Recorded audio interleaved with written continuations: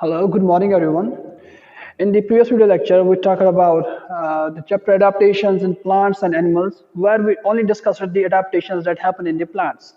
In this lecture, we will try to cover up the adaptations that usually are performed by the animals to survive in the different habitats. Right. So, as we know, the definition of the habitat is the ability to change the behavior and physiological conditions of a plant or an animal to best fit according to the environmental or habitat conditions is called as the adaptations, right? So we see that there are different kinds of animals that live in water are called as aquatic animals that live on land are called as land animals, and the animals that have the ability to fly in the air are called as aerial animals. So let's start with the adaptations in the aquatic animals. The classical example of an aquatic animal is a fish, right? So what conditions or what physiology or what anatomical features of the fish help the fish to survive in the water, to move in the water, to feed itself in the water, right? So first and foremost, we see that the body of a fish is streamlined. Streamlined means it has a tapering at the front, okay, and then it has the middle part of the body is slightly widened, and then the tapering tail. So this is called as streamlined body. This streamlined body helps the fish to freely swim in the water because this streamlined body, it provides very little resistance to the water. Right? So the streamlined body of the fish provides very little resistance to the water that helps the fish to swim freely in the water. First condition. And number second, the fish has fins.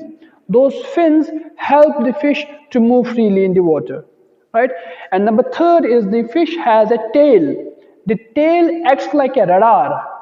The tail acts like a radar in providing the direction to the movement of the fish, right? The fins provide the movement, the tail provides the direction. So the tail acts like as a radar to the movement of the fish, right? The fish also have gills, okay? The fishes have gills through which they can absorb oxygen from the water, right? The fish have gills through which they can absorb oxygen from the water. Like we human beings, we have lungs to obtain oxygen from the atmosphere.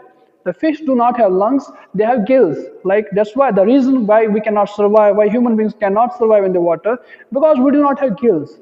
So this is the only special feature provided by the gills that they can extract the dissolved oxygen from the water. And human beings lack this capability. That's why we cannot survive in the water, while fish can survive in the water because they have gills.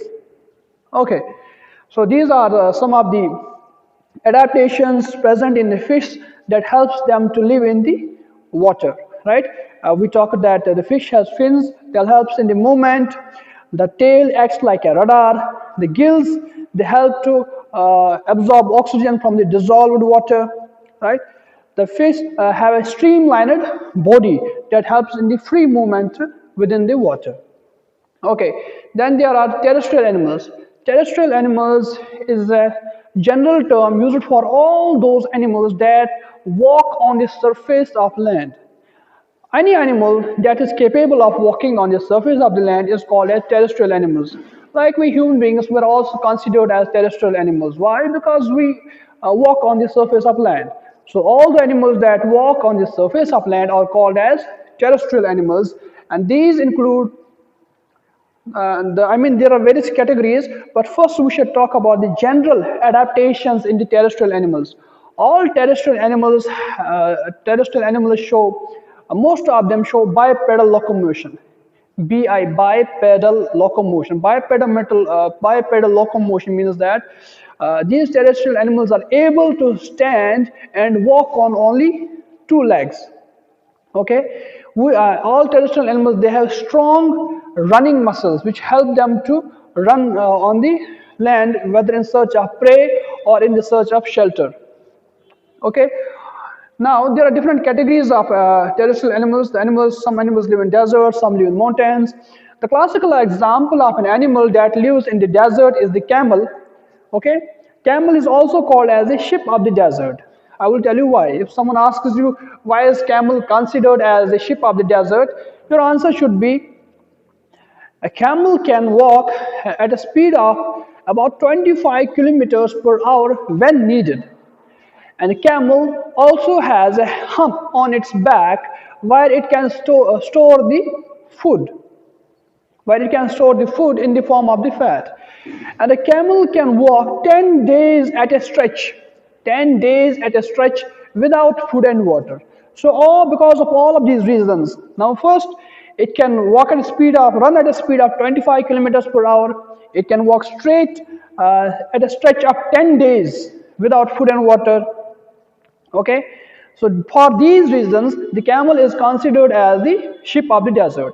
And the other adaptations found in the desert animals, I mean in case of camel, are that it has a very large feet. Okay, and those are provided with the muscular tissues, and those feet have a large surface area, so that's why they can walk easily on the land while we can, sorry, walk easily on the sand while we cannot.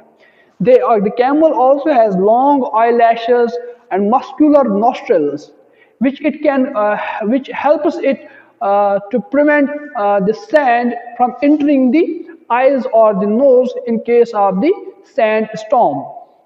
Okay. Now there are animals which live in the mountain goat.